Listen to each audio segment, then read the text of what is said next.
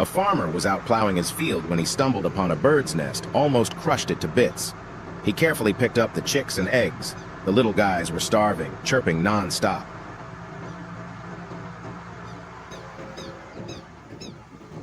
The man moved them to a part of the land he'd already plowed.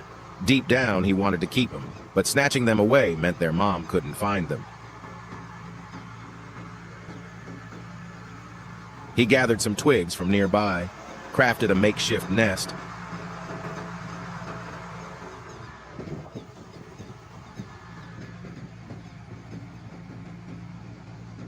and gently placed them on top.